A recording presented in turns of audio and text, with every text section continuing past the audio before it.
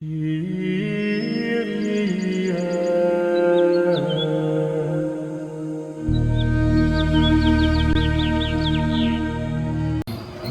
tremenda para nós leigos, da nossa vida cotidiana, nosso dia a dia cotidiano, né? E justamente para nos auxiliar na nossa atividade em meio ao mundo, na nossa atividade em meio à nossa sociedade em geral, né? Tanto para aqueles que por acaso têm uma pequena empresa, uma empresazinha que tem seus funcionários, quanto para os próprios funcionários e como lidar nessa vida de trabalho, na vida social em si, a doutrina social da igreja. A gente sabe que existem, né, várias e várias ideologias que surgem por aí, tratando acerca de como deveria ser a organização da sociedade. Temos ciências que estudam isso, a própria sociologia vai se debruça muito nisso. Mas a igreja ela tem uma doutrina também que busca nortear, orientar o nosso agir no mundo, o nosso agir enquanto sociedade, enquanto seres sociais. Agora, antes de começar, inclusive mas antes de começar eu quero fazer só um anúncio, nem ele sabe disso aqui, eu acho que ele não está sabendo. Meu nome é Osmar, para aqueles que não me conhecem ainda, e eu comecei um projeto de uma pequena livraria, tá? É justamente uma livraria católica, que tem o intuito justamente de propagar doutrina e formação espiritual. Não é uma livraria, mas é muito mais um apostolado do que uma livraria. E eu aproveito para divulgar a vocês o nome da livraria, Livraria Lux Mundi, é Luz do Mundo em latim, tá? Tem lá no Instagram, se vocês quiserem depois eu deixo com ele aqui o tag lá da livraria para poder divulgar entre vocês.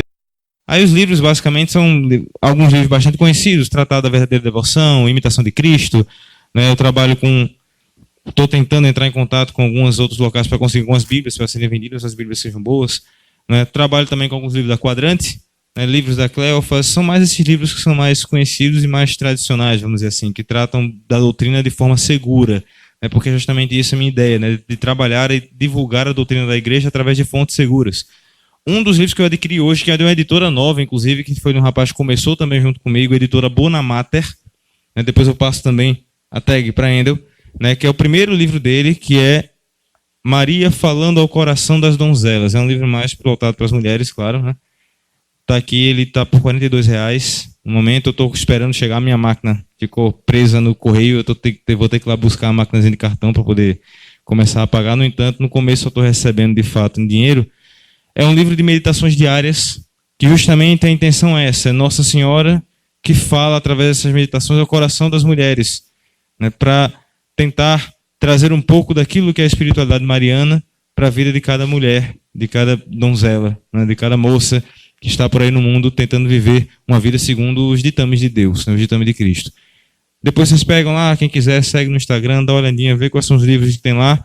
E quem sabe, próxima vez que eu vier aqui, ainda eu tiver algum outro tema aí preparado para mim aí, eu volto aqui, trago alguns livros para vocês darem uma olhada. Tá bom? Mas, deixando de marketing, vamos começar com o tema em si. Doutrina social da igreja, como eu sempre falo aqui, eu nunca venho trazer, e como geralmente eu creio que todos os palestrantes vêm aqui e fazem isso, eu nunca venho trazer aquilo que é opinião pessoal minha. Se por algum acaso eu for dar alguma opinião, eu vou avisar, olha, é opinião minha, tá?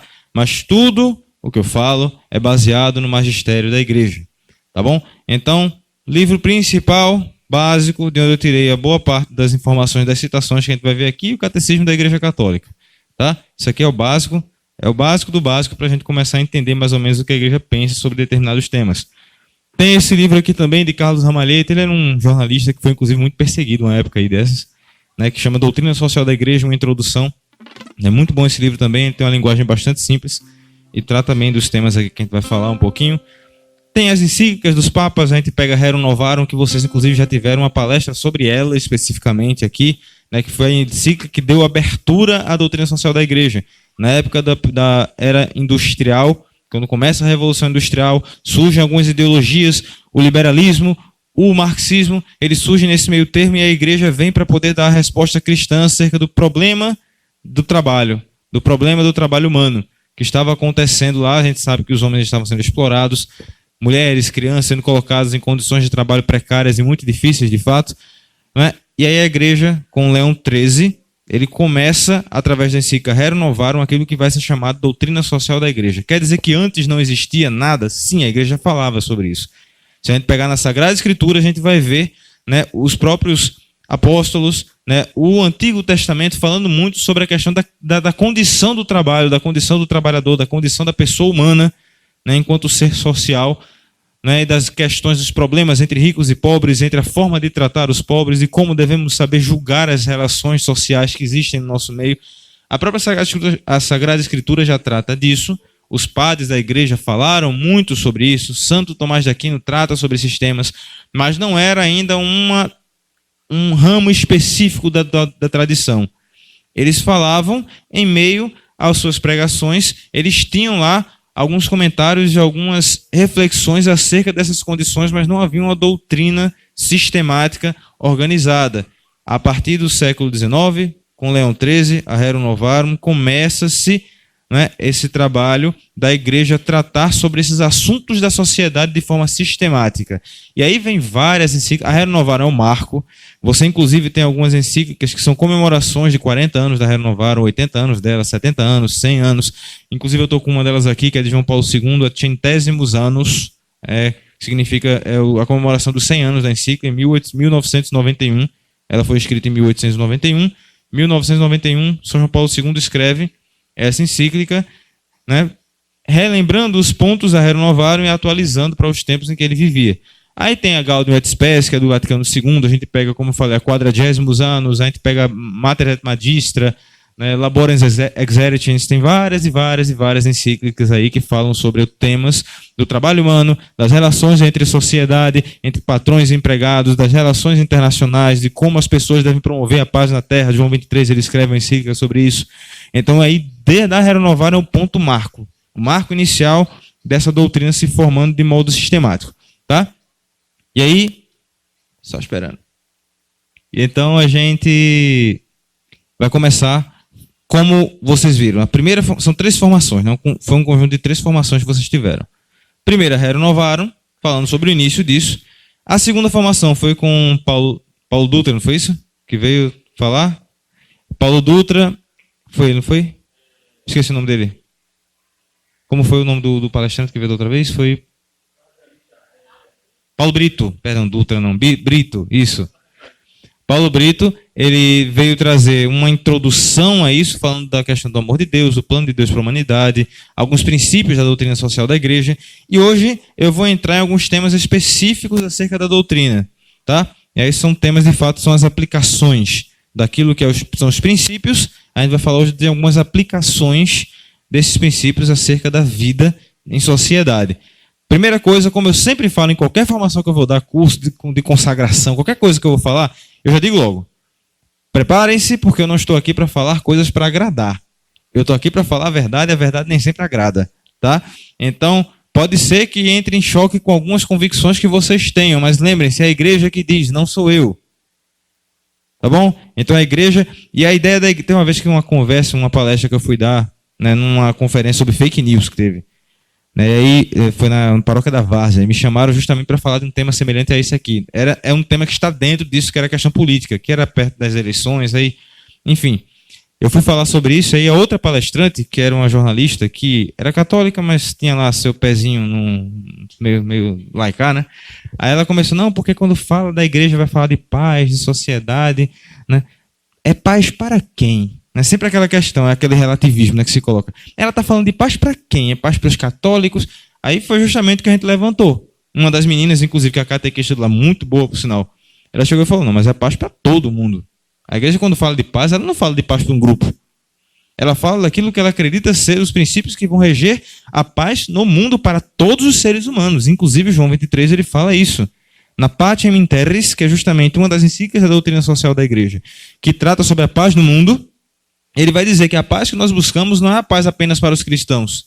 É a paz para todo ser humano, porque todo ele, por conta de uma dignidade que ele tem inerente a si mesmo, a dignidade de ser humano, ele merece, né? Ele deve usufruir desta paz que Cristo quer trazer à Terra, né? Então, o que nós falamos aqui é algo que serve para toda a humanidade, não é somente para os católicos. É para beneficiar o ser humano enquanto ser humano, enquanto ser social. Tá? Então, antes para começar, eu quero só relembrar alguns pontos. Eu não sei se Paulo Brito viu tudo isso aqui.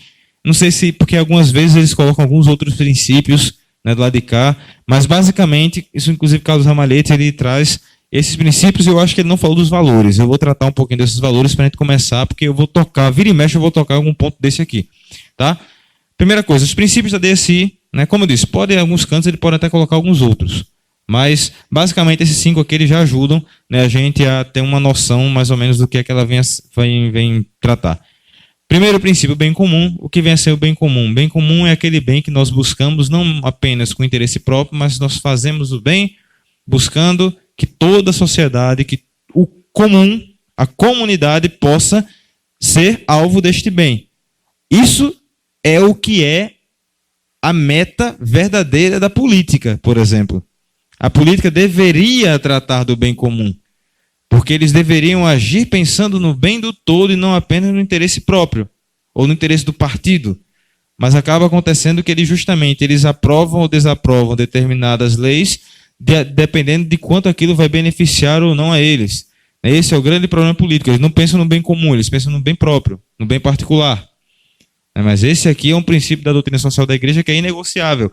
Tudo que a igreja pensa, tudo que a igreja faz é visando o bem comum. E a sociedade, nós devemos agir na sociedade pensando sempre no bem comum.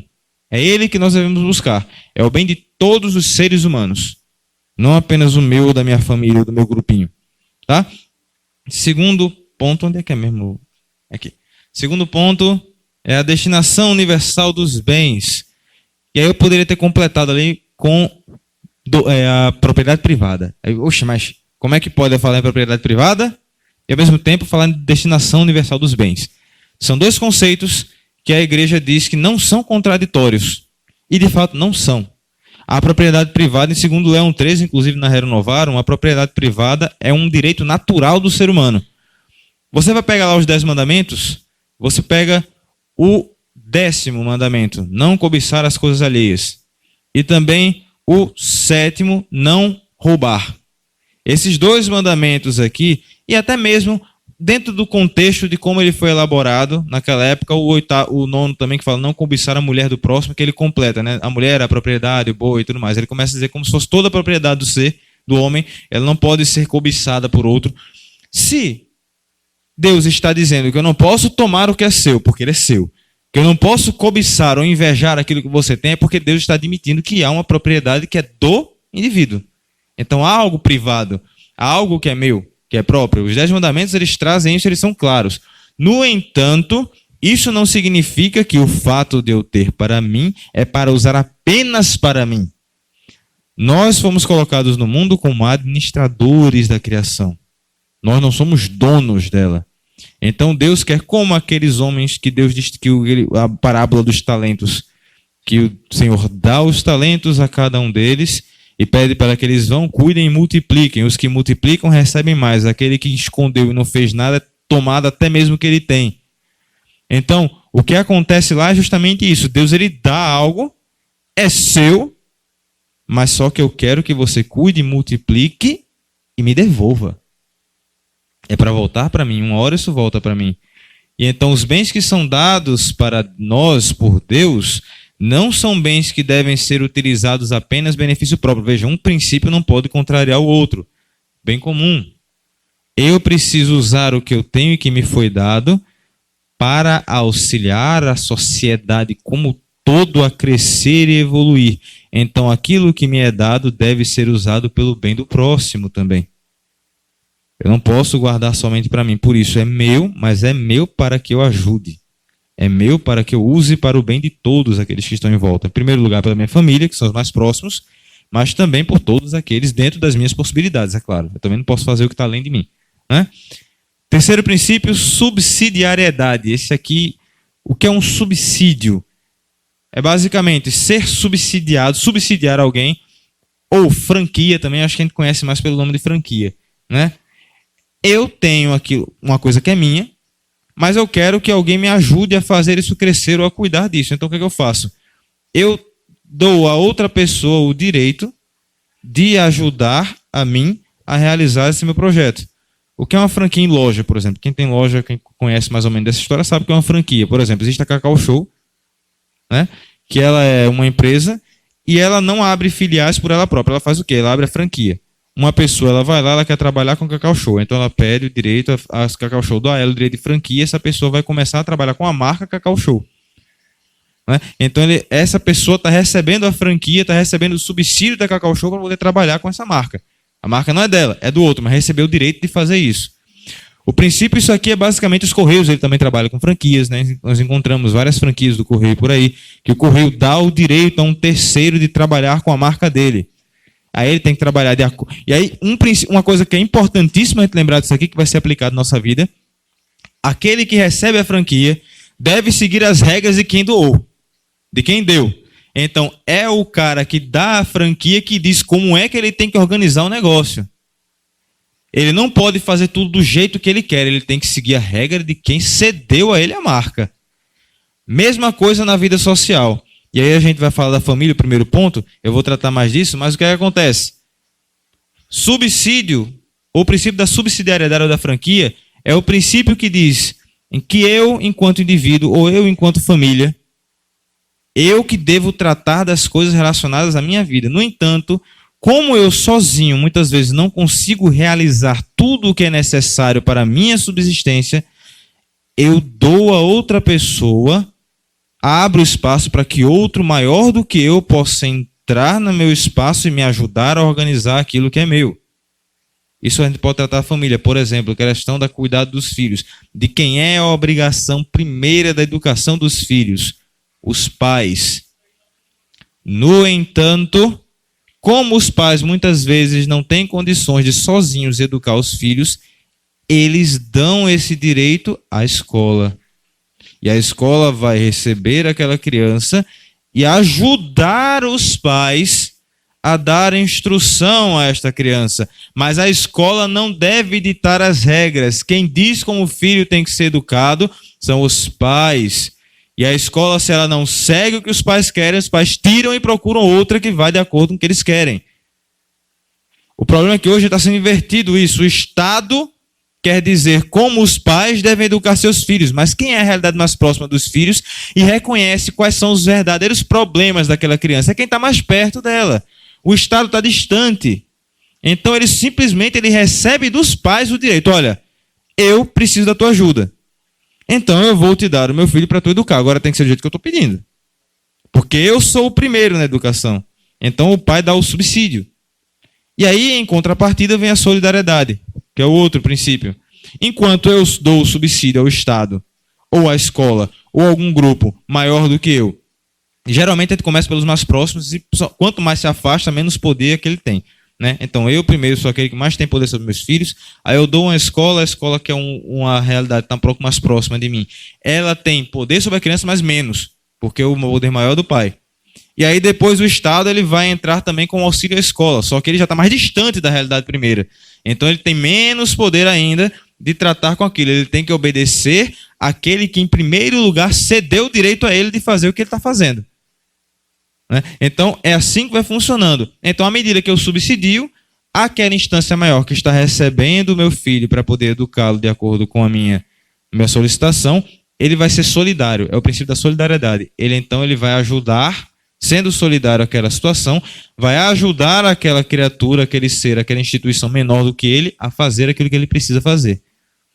E por último, o direito de participação, que é justamente todos nós temos direito de participar nas decisões da sociedade, nas decisões públicas. Né? Inclusive, quando a gente fala de democracia, né? A democracia, que é o governo do povo, que deveria ser o governo do povo, né? Que nós aqui temos a democracia participativa, então nós temos o parlamento, nós temos lá o Congresso, que eles são pessoas eleitas por nós que vão nos representar lá.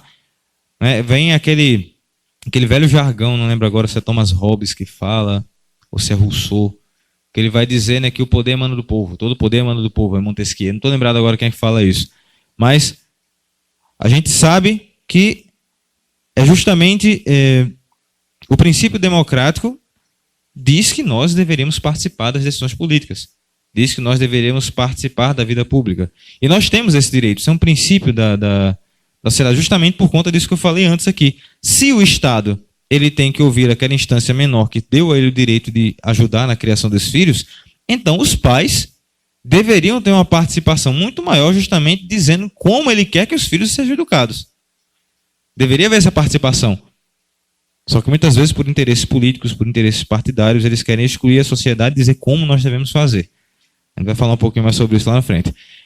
E aí, esses são os princípios. O princípio é o chão onde a gente tem que pisar, de onde a gente parte. E aí a gente parte para os valores. O que são valores? Carlos Ramalhete vai dizer que basicamente os valores é o cimento que une os princípios, um ao outro. Tá? A gente pode também dizer que os valores são justamente aquelas forças, né, que levam e movem o ser humano a agir de determinada forma, deste ou daquele modo. Se eu tenho um determinado valor, eu vou agir de uma forma. Se eu tenho outro valor, eu ajo de outra forma. Esses valores vão direcionar a minha ação. Os princípios são o chão onde eu parto e os valores são a direção que eu tomo. E aí, por exemplo, quais são os 4 valores que a gente tem aqui? Verdade, liberdade, justiça, caridade. Eu posso procurar o bem comum de forma mentirosa, mentindo para consegui-lo? É possível. Mas ele está de acordo com a doutrina social da igreja? Não. Eu preciso usar da verdade. Conseguir o bem comum a partir da verdade. Até porque se eu for pela mentira, eu estaria indo contra o próprio Cristo. Ele diz, eu sou o caminho, a verdade e a vida. Ego sum, via et veritas, et caminho, verdade et vitam. Né? Eu sou o caminho, a verdade e a vida. Então, Deus, ele é a verdade. E se ele é a verdade, nós devemos agir pautados pela verdade. Mesma coisa, liberdade. Eu não posso buscar um pretexto, uma pretensão de bem comum, que para conseguir esse bem comum eu tolho a liberdade dos cidadãos. Todos eles vão perder a liberdade. O bem comum vai acontecer, mas por quê? Porque eu vou controlar a vida de todo mundo. E aí eu vou controlando a vida de todo mundo e prendendo todo mundo nas minhas vontades, eles fazendo somente o que eu quero na rédea curta, eu vou conseguir que todos consigam viver bem. Isso não está de acordo. Precisa se garantir a liberdade individual de cada um. Lógico, existem limites. É claro que existem limites. Né? Existem leis que precisam ser seguidas, e aí essas leis... Mas veja, até as leis, elas devem ter por intuito guiar o homem a viver plenamente a sua liberdade. Porque o homem verdadeiramente livre é aquele que faz o bem sem a necessidade de uma ordem por trás. Sem a necessidade de uma rédea para segurá-lo, sem a necessidade de uma lei para conduzi-lo. E esse se consegue justamente pelo último, né, que é a caridade. Quem ama não precisa de lei. Já diz o Padre Paulo Ricardo, já dizem os santos. É aquela coisa, se eu amo alguém, eu não preciso de lei para me fazer o bem àquele alguém. Se eu amo a minha sociedade, se eu amo a sociedade humana, eu não preciso de uma lei para me dizer que eu tenho que fazer o bem. Eu vou buscar sempre o bem para ela. Por isso que Santo Agostinho ele vai falar, ama et fac quod vis, ama e faze o que queres. Ele não tá, tem muita gente que interpreta mal essa frase e está querendo justificar o relativismo por conta disso. Santo Agostinho está falando que basta eu amar, que eu estou livre para fazer qualquer coisa. Não é isso. O amor aqui ele vai agir como um valor. A caridade é um valor. O que é um valor? É aquilo que direciona o meu agir. Então, se eu vivo a caridade de Cristo, a caridade cristã verdadeiramente, essa caridade naturalmente vai me guiar pelo caminho certo. Eu não preciso nem mesmo dos 10 mandamentos para me dizer o que eu tenho que fazer. Porque a caridade vai me levar a viver esses mandamentos de forma natural. Porque os mandamentos eles não são nada mais do que mandamentos de amor. Amar a Deus sobre todas as coisas. Ao próximo como a ti mesmo. Nisto estão resumidos todas as leis e profetas, já diz Jesus Cristo. O amor resume os 10 mandamentos. O que são os 3 primeiros mandamentos, se não amar a Deus sobre todas as coisas? Amar a Deus, não falar seu santo nome em vão, não participar de domingos e festas. E o que é o amor ao próximo, se não os 7 mandamentos seguintes? Honrar pai e mãe, não matar, não pecar contra a castidade, não roubar, não levantar falso testemunho, não cobiçar a mulher do próximo, não cobiçar as coisas alheias. Isso não trata do amor ao próximo? É tudo amor ali. Então, se você vive o amor, na verdade, Deus ele dá a lei como um pedagogo para te ensinar enquanto você ainda não tem a fé e a caridade suficiente. Mas a partir do momento em que a caridade brota do teu coração e você vive de acordo com o amor de Deus, você vai cumprir esses mandamentos sem a necessidade de ter alguém te empurrando e te guiando e te dizendo, segue por aqui. Você vai fazer isso naturalmente. Porque o amor vai te levar a isso. E o amor, e aí esse é um tema chato, questão de caridade e justiça, amor e justiça, velho, não julgueis, né? Todo mundo fala, não pode julgar, mas a justiça é um princípio, é um valor que deve guiar as nossas ações. Deus, é como o pessoal fala, Deus é amor? Deus é misericórdia? Com toda certeza. Mas Ele também é justiça. E o que é justiça? Dar a cada um aquilo que lhe é devido. Você é justo quando dá. A caridade, ela supera a justiça. Porque na caridade leva você a ser generoso e a dar mais do que ela merece. A dar além daquilo que é o mínimo necessário. Quem é justo é aquele que dá o estritamente necessário. Quem é caridoso supera o estritamente necessário e consegue dar mais. Porque ele é generoso. Mas aí que está. Nós também vivemos sob o governo de um Deus que é justiça. Ele quer a justiça sendo feita.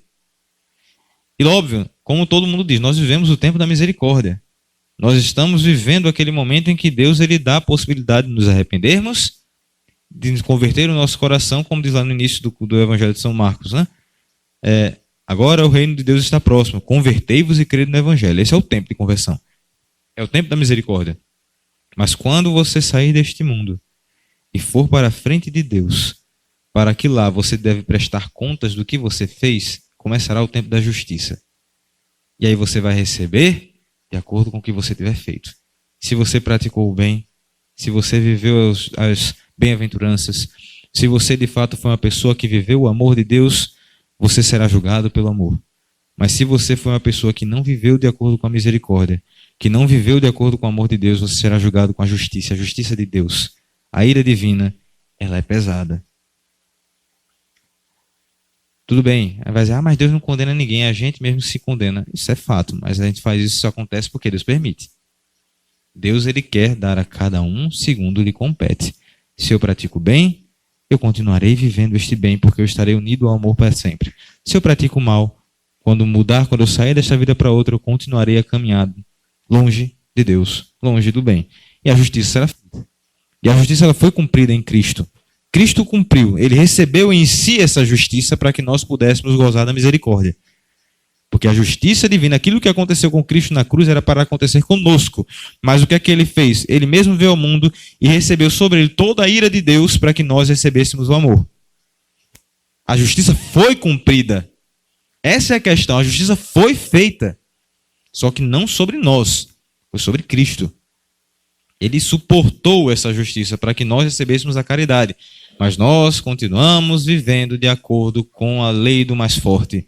Segundo a lei daquele que pode mais, a lei do egoísmo, a lei da soberba. E isso nos leva cada vez mais próximos do inferno. E é necessário, portanto, haver justiça no mundo e haver quem aplique esta justiça. E para aplicar a justiça é necessário julgar.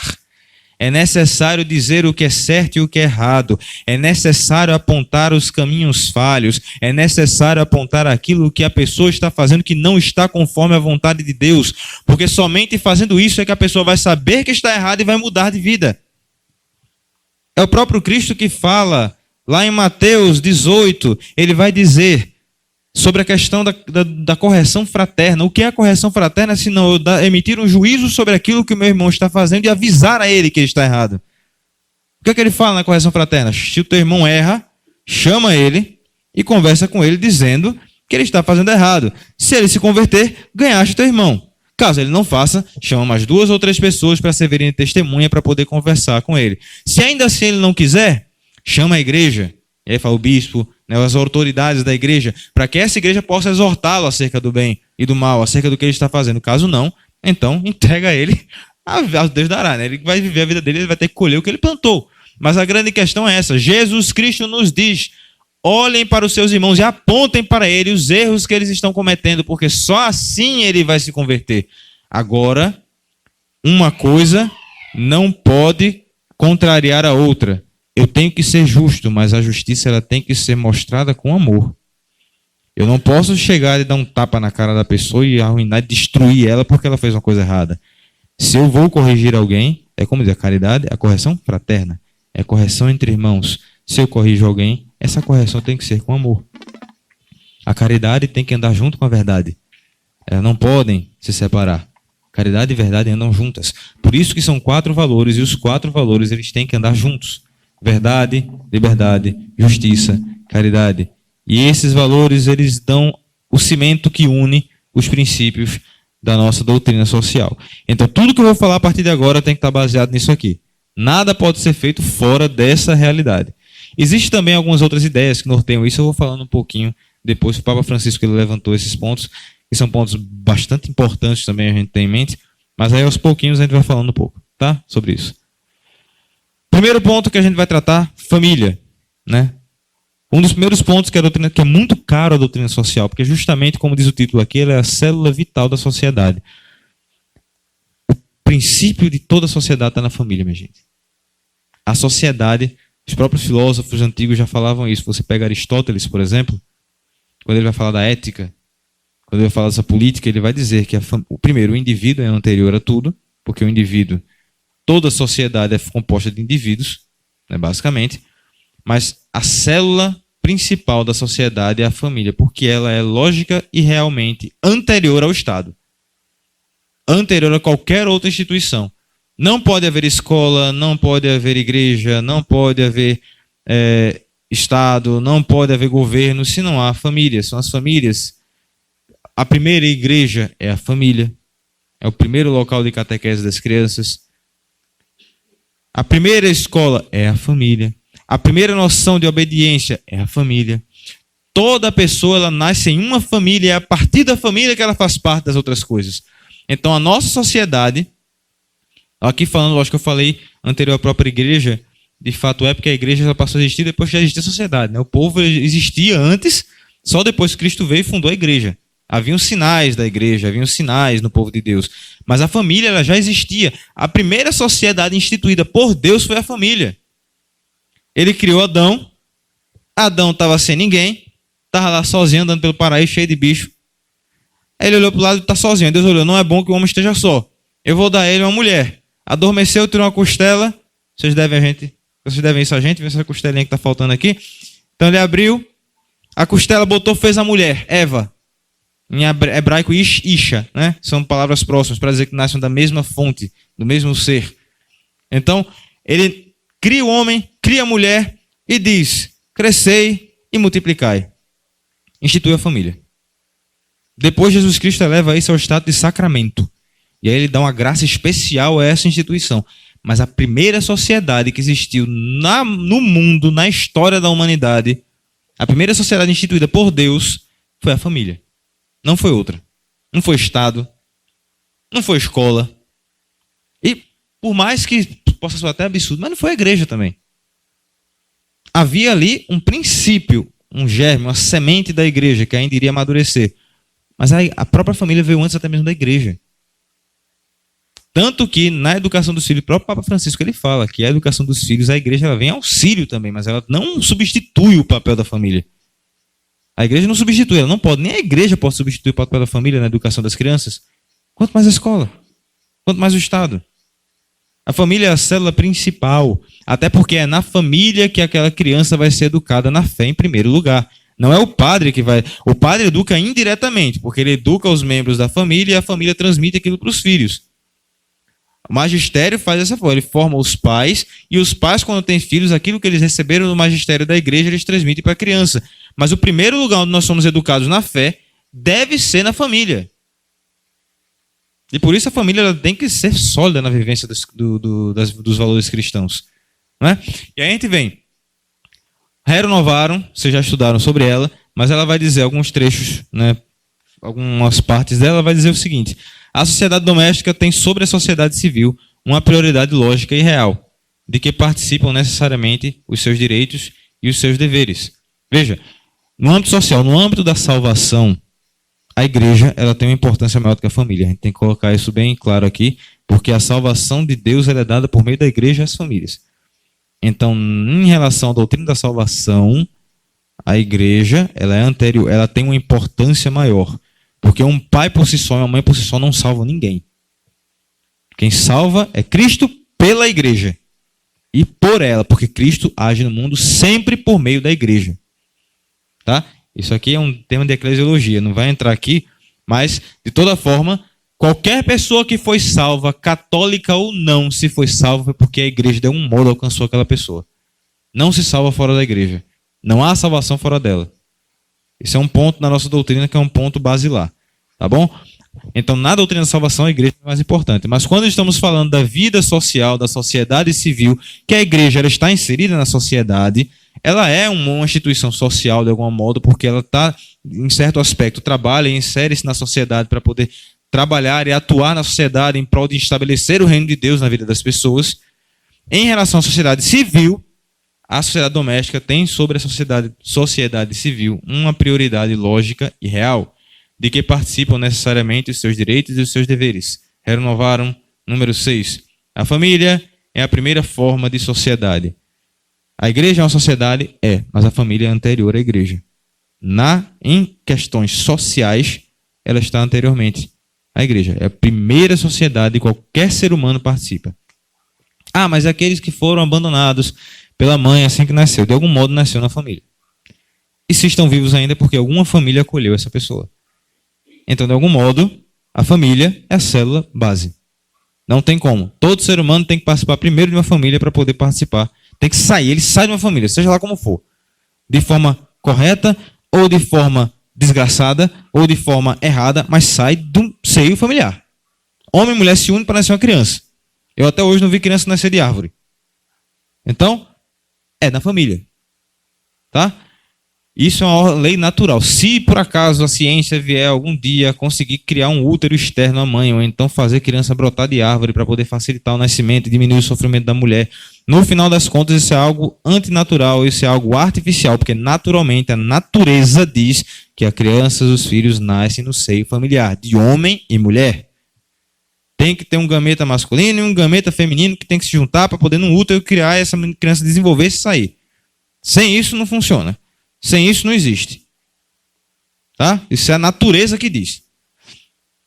Sem a família nada somos. Nela é que... Isso aqui é um faltou acento. É que primeiramente somos alguém, pois é dela que vem toda a sociedade. Aí vem do livro de Carlos Ramalhete. É dela que vem toda a sociedade. É da família que a sociedade brota. Né? E aí fala o princípio da subsidiariedade, que foi aquilo que eu tinha falado antes. A família, por ser a célula principal, ela justamente é dela que toda a educação dos filhos, que toda a vida familiar, que todos os problemas devem partir a solução. É a família, por ser nela que os problemas acontecem, por ser nela que a educação acontece por primeiro, é ela que melhor sabe qual é a melhor forma de resolver tais problemas. E se ela percebe que ela não tem forças suficientes para solucionar determinada situação, aí ela vai valer-se do princípio de subsidiariedade e pedir auxílio a uma instância maior. E a primeira instância que está acima dessa pessoa não é a escola, sabe qual é? É a sociedade local. Nós temos também deveres de cuidar de cada família que faz parte da nossa sociedade local. São Lourenço, paróquia de São Lourenço. Aqui. Vocês também são responsáveis pelo bom andamento e bom funcionamento das famílias que estão aqui inseridas nessa paróquia. Deve haver um princípio de solidariedade aqui. Famílias não são onipotentes, elas não conseguem resolver tudo. Mas quem tem que dizer que ela... Agora, aí que está. Quem é que vai dizer para essa família que ela não consegue resolver tal coisa? A gente pode até orientar, ajudar a pessoa a perceber isso, mas no final das contas, quem vai ter que dizer isso é a própria família. A não ser que seja uma família totalmente desajustada, de pessoas que não conseguem ter um discernimento real da coisa, aí é necessário que venha alguém de fora para poder falar isso, para poder garantir que os direitos daquelas crianças, dos mais frágeis ali na família, sejam garantidos. Né? Mas é a família que tem que dizer, aqui eu consigo, mas a partir daqui eu não posso, a partir daqui eu preciso de ajuda. E aí eu vou até a sociedade e peço, me ajudem. E ela subsidia isso. E aí nós somos os primeiros a prestar solidariedade. Se tem uma família na minha paróquia que está precisando de ajuda, eu não tenho que ficar me valendo de programa de governo, não. Eu não tenho que ficar esperando que o governo venha e dê o dinheiro e me alimente como papaizinho Estado para poder resolver a situação, não. Tem uma sociedade em volta. Será que a sociedade não tem condições de ajudar aquela família a solucionar aquele problema? Tem que esperar o governo fazer alguma coisa? Então nós precisamos ser os primeiros a nos responsabilizar pelo que acontece no nosso entorno, minha gente. A gente não tem que esperar dos outros. É só, aí tá. Quando esta sociedade maior, de fato, Você tem a família, ela tentou resolver um problema, não conseguiu. A sociedade local vai tentar resolver e ver que o que necessita ali é maior do que o que a gente pode dar. Aí a gente começa a recorrer a instâncias maiores, a escola, a um governo do estado, a uma secretaria, a alguma coisa dos agentes políticos, mas é só quando você percebe que não é possível. O problema é que a gente está ficando tão dependente do estado que a gente está desaprendendo a fazer as coisas. A gente está jogando a nossa responsabilidade para os outros. A gente está querendo responsabilizar terceiros daquilo que é nossa responsabilidade. E aí cresce uma sociedade completamente frágil, exposta a qualquer tipo de ataque, que pode ser simplesmente inoculada com qualquer tipo de veneno que ela não vai nem notar. Por quê? Porque ela não é autossuficiente. Ela não consegue se suprir, ela sempre necessita dos outros. Isso é infantilidade. Isso chama-se infantilidade. Estamos criando uma sociedade completamente infantil e frágil por conta de ideologias nefastas que estão invadindo o nosso pensamento, a nossa mente. A gente vai falar mais na frente sobre essas ideologias. Mas não devemos jamais esquecer disso. Família é a célula vital, não há outra. Ela é a primeira, é a base de toda e qualquer sociedade. Não sou eu enquanto indivíduo, não é o Estado. Eu, enquanto indivíduo, faço parte de um grupo. Então, Deus ele me colocou no seio de uma igreja. Ele não me fez uma pessoa, um religioso sozinho, solitário. Ele me coloca até aqueles eremitas que vão para os primeiros pares do deserto, que iam para o deserto pregar, eles estavam fazendo aquilo pela igreja. Não era só por eles. Porque já diz São Paulo, quando um membro da igreja é elevado, toda a igreja se eleva com ele. Se um membro ele cai, toda a igreja cai com ele. Toda a igreja sofre com um membro que adoece. Toda a igreja se rejubila com um membro que se santifica. Por isso que ele até compara com o corpo. Se eu encravo uma unha, o corpo todo sofre. Porque é um conjunto. O todo é maior do que as partes. Eu não posso dizer que uma parte ela está isolada do todo. Ela está inserida em um organismo. Mesma coisa é a igreja. É um organismo espiritual. É uma sociedade criada pelo próprio Deus para que ela caminhe junta. Então eu não posso me considerar, a minha religião sou eu que defino. Sou eu que falo. Eu que digo o que é certo e o que é errado. Você vai se estrepar e vai danar com a cara no chão por conta desse egoísmo, dessa soberba que você tem. Porque justamente Deus ele nos colocou no seio da igreja porque Ele quer que nós participemos da fé da igreja. E não de uma fé individualista. É uma fé comunitária. É uma fé de comunidade orante, que se reúne em torno da Eucaristia para buscar a glória do Pai. Isso é igreja e nós somos inseridos nela. E Deus também nos inseriu em uma família. Veja, está lá no Gênesis, não é bom que o homem esteja só. Deus criou o homem com esta necessidade de buscar complemento em outro. Ele não criou o homem como sendo ser autossuficiente. Porque Ele queria, inclusive, apesar de que Deus não necessita de nada, mas Ele queria que a nossa sociedade refletisse a sociedade de Deus. Deus é sociedade, minha gente. O que é Deus? Qual é a definição dele? A definição do catecismo não, né? Mas o que é que nós entendemos? Ele é uno e trino. Ele é um só Deus, mas são três pessoas. Então há ali uma sociedade. Há ali uma comunidade de amor. É uma família.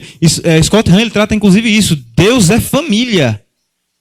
E justamente por isso que nós somos chamados filhos. E por isso que nós temos uma mãe, Maria, para que nós possamos reconhecer a imagem familiar nisso aqui.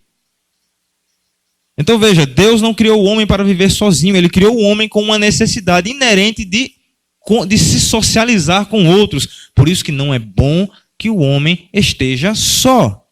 Por isso que vocês devem crescer e se multiplicar. É por isso que você deve deixar pai e mãe, unir-se a sua mulher e vocês serão uma só carne. Ah, mas e o padre que vive sozinho? Ele está inserido também numa família, ele tem uma esposa que é a igreja. Ele tem os filhos espirituais que somos nós. Ele também tem uma família, a paróquia é a família do padre. Ele não é uma pessoa descompromissada, solteira, ele é comprometido. O padre Paulo Ricardo até fala, né? Quando eu chego, ele diz, dá uma depressão em mim quando eu chego lá para preencher aquele formulário. Que aí tem lá, você é situação civil, aí casado, solteiro. Eu tenho que colocar solteiro, mas eu não sou solteiro. Né? Isso é um fato. Os padres não são solteiros, eles têm uma família, eles têm uma esposa, eles têm um compromisso a honrar. E a gente pode até dizer, né? A alma do padre ela deve desposar-se. Jesus Cristo ele quer se desposar daquela alma do padre.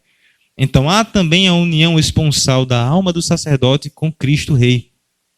Então há uma realidade familiar ali também. Veja, tudo em Deus começa em família. Até a própria Trindade é uma família. E é por isso que ele quer que a célula base da sociedade seja a família. Por isso que ele quer, porque a gente tem que se espelhar na Trindade. A família espelha a Trindade.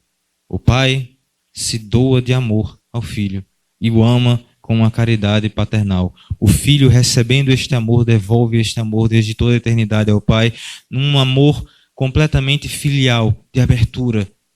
E deste amor e dessa relação de amor, personifica-se desde toda a eternidade a terceira pessoa da Trindade, Espírito Santo. Pai, Filho e Espírito Santo numa relação de amor, um com o outro. Justamente aí o catecismo ele vai dizer que o que diferencia uma pessoa da outra é a relação. Relação de pai, relação de filho, amor que une. Pai, Filho e Espírito Santo. Família, o que é? Um homem que se entrega totalmente à sua esposa por amor. Mulher que recebe este amor e devolve este amor, entregando-se totalmente ao seu homem. E desta união de amor nasce uma terceira pessoa, criança, Trindade, reflexo da Trindade de Deus.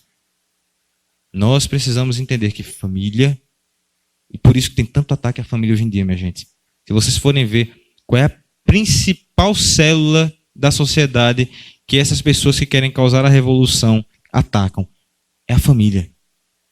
Eles querem destruir o conceito de família. Saiu agora um projeto de lei que foi para a Câmara lá da Comissão de Direitos Humanos, que graças a Deus vetaram, mas que o pessoal vai querer voltar com aquele mesmo texto só nas entrelinhas, que eles sempre são mestres nisso, fazer essas coisas, botar tudo na entrelinha. O que é que tem no texto? Qual é a condição de família agora, segundo aquele texto? União de duas ou mais pessoas, não tem homem e mulher, não. Pessoas que, unidas por um laço de amor mútuo, né, de sociabilidade mútua, independente de cor, raça, religião, sexo, consanguineidade, ou seja, homem com homem, mulher com mulher, sexo. Consanguinidade, pai e filha, pai e filho, irmãos. Não existe família mais. Se você diz que tudo é família, perdeu o sentido. Não existe família mais. Eles querem destruir a célula familiar, porque eles sabem que a criança, o primeiro lugar que elas aprendem alguma coisa é dentro da família. Por que cada vez mais querem colocar os filhos mais cedo para as escolas? E aí, quanto mais você coloca para a escola, o Estado vem e diz, não, agora o que tem que ser ensinado nas escolas é isso. Eu tiro as crianças, boto na escola e digo à escola o que ela tem que ensinar. E cada vez mais cedo, por quê? Porque eles sabem que se tirar muito velho, a criança já vai ter sido formada. Completamente a mente dela. Dentro dos valores familiares. Então tem que tirar cedo porque eu tenho que formar. E aí eu coloco numa instituição que eu controlo e digo que tem que ser ensinado. E aí vem o Estado querer colocar ideologia de gênero na escola. Botar um menino de 2 anos dentro da escola obrigatoriamente, porque se não coloca é crime dos pais. Que homeschooling não pode. Porque se for homeschooling é um ensino em casa, né? Que é um ensino inclusive tradicional, o mais antigo. Não pode homeschooling por quê? Porque isso aí bota um monte de mentira. Porque a criança não vai socializar, porque isso não vai ser possível. Você chega às famílias que têm homeschooling, que fazem, são crianças altamente inteligentes, altamente sociáveis, que vivem, aí, mas eles começam a mascarar e dizer um monte de mentira para tirar cada vez mais cedo a criança da família. Por quê? Porque ele vai se apropriar dessa criança e ensinar ela o que ele quiser. E aí pronto, revolução feita, porque essa geração agora não, mas as próximas gerações já vêm com uma cabeça completamente diferente. E aí, vindo com a cabeça completamente diferente, ele consegue mudar a sociedade do jeito que ele quiser. Por isso que eu sou a favor da família tradicional. É por isso que eu sou a favor da família tradicional, de homem. Lógico que isso é dentro da possibilidade. Nem todos conseguem isso, é óbvio. Mas o modelo ideal de família, minha gente, é justamente aquele em que um vai trabalhar e o outro fica em casa para cuidar dos filhos. Porque existe uma importância, a família ela gira em torno da prole também. É o lado mais fraco, esse lado mais fraco precisa de alguém que cuide dele. Então, quando você tinha um homem que trabalhava para ser o provedor e a mulher que ficava em casa para cuidar dos filhos, você estava olhando tanto para o lado financeiro, quanto para também a questão da criança. Porque ia ter uma pessoa todo o tempo do lado daquela criança para cuidar dela. Aí o pessoal fica dizendo, não, isso aí é uma visão antiquada, antissocial, como é que chama? Medieval da coisa, retrógrada, porque está escravizando a mulher. Mentira! Já tem aquele ditado, a mão que balança o berço é a mão que governa o mundo. As mulheres, quando elas criavam as pessoas, quando elas educavam seus filhos, elas estavam educando uma sociedade inteira. Então, o papel da mulher numa família, quando ela fazia esse tipo de função, Era o papel mais importante. O homem não tinha o papel mais importante. Ele ia para auxiliar, ele deve auxiliar. Inclusive, mesmo que existe, porque tem famílias hoje que vivem sob essa configuração, o homem ele tem que auxiliar. Claro, eu não estou dizendo que o homem vai ficar de perna para o ar e deixar a mulher fazer tudo. Não, ele tem que dar um auxílio, ele tem que ajudar. Mas a partir do momento em que a mulher fica com as crianças, ela está educando a sociedade. Ela está com a sociedade nas mãos.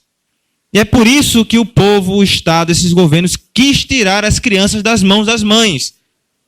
Aí começa com essa ideia de emancipação da mulher. A mulher tem que ser livre.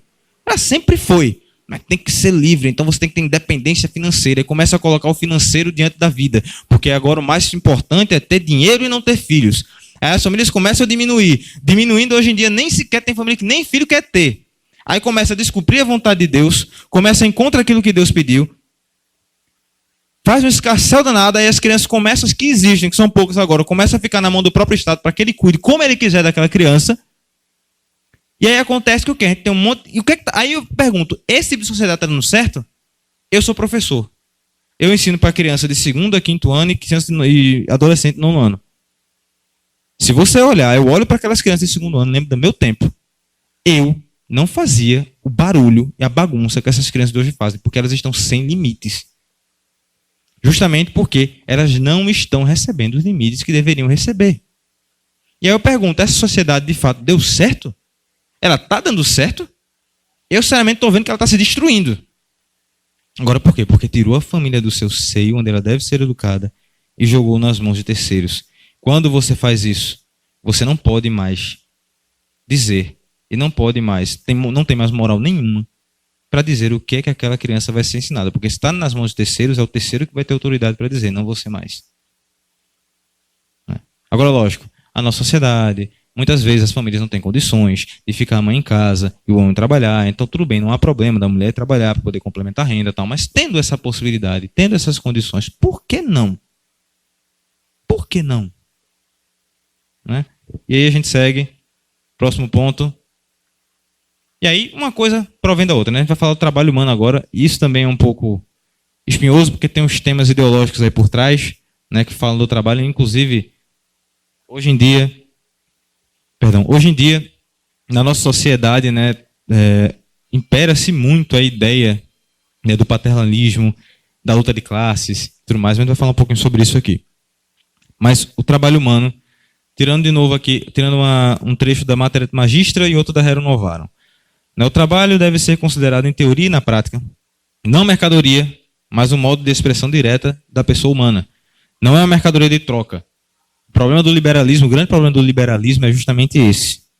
Né? Visando o lucro colocado como sendo o máximo, o princípio máximo, e o livre mercado quase como um Deus, o ser humano vira uma peça do mecanismo simplesmente para fazer a economia rodar e eu ter lucro. Então você acaba transformando o trabalho numa mera mercadoria, comparando ele a outros objetos, a outros bens de consumo. Mas não é, porque o trabalho é uma expressão do ser humano. Não é algo, uma mercadoria como uma cadeira ou como um data show. É o homem que ali ele coloca algo de si naquilo que ele faz.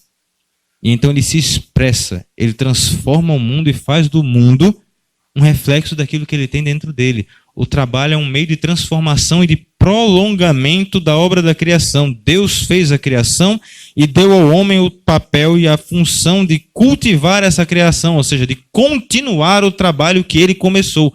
Nós, no nosso trabalho, estamos participando da obra da criação, porque nós estamos transformando o mundo ao nosso redor para que ele possa, de fato, se espelhar aquilo que é vontade de Deus. Deus se utiliza de nós para transformar o mundo de acordo com a sua vontade. O trabalho humano, ele é justamente esta expressão.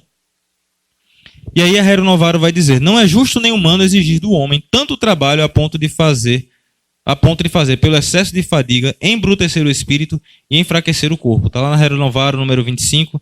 Dependendo da edição, às vezes essa numeração muda, tá, minha gente? Mas aqui a gente pegou aqui número 25.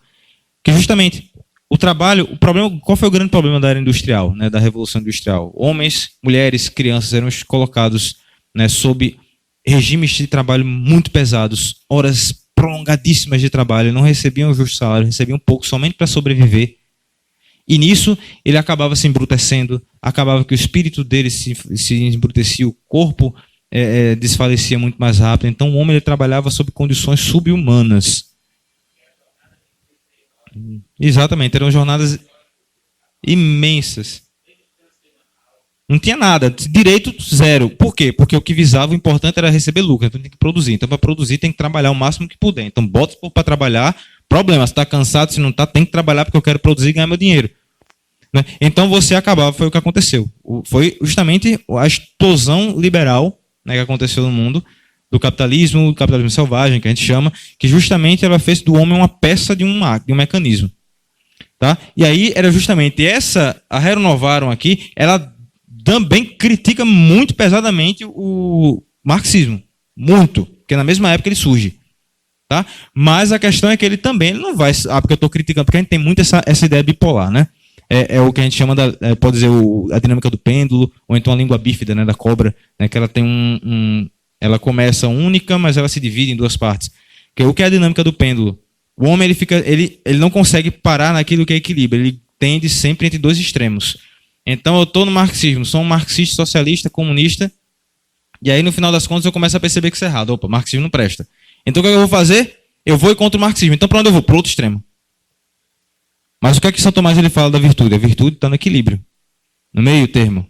Nem no extremo, nem no outro.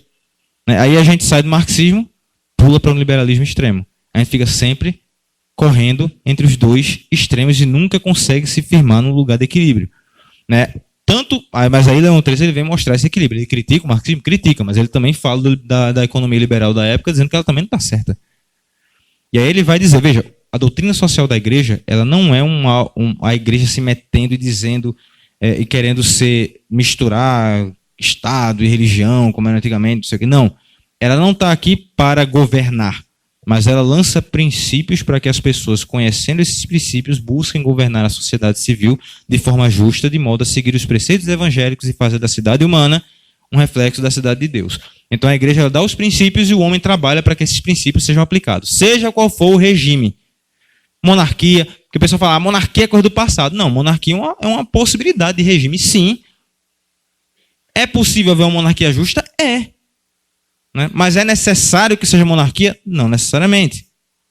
A democracia também é algo que pode ser utilizado de forma justa.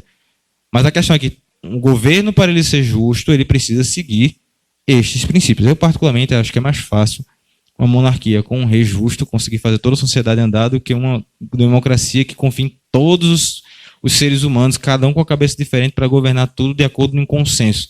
Nem sempre esse consenso vai refletir o bem comum, porque vontade da maioria não reflete verdade, viu, gente? São Bento XVI ele fala isso. A verdade não é definida pela maioria dos votos. Não é a maioria de vontades que forma a verdade. A verdade ela independe da vontade de todos os seres humanos. Ela existe e nós temos que nos adequar a ela. A partir do momento que a gente começa a trabalhar com a ideia de consenso, a gente cai no risco de construir uma verdade própria e ignorar aquilo que é verdade de Deus. Por isso que alguns e muitos consideram que a monarquia é um jeito... Se o rei for justo, é mais fácil de fazer com que a sociedade caminhe de forma justa.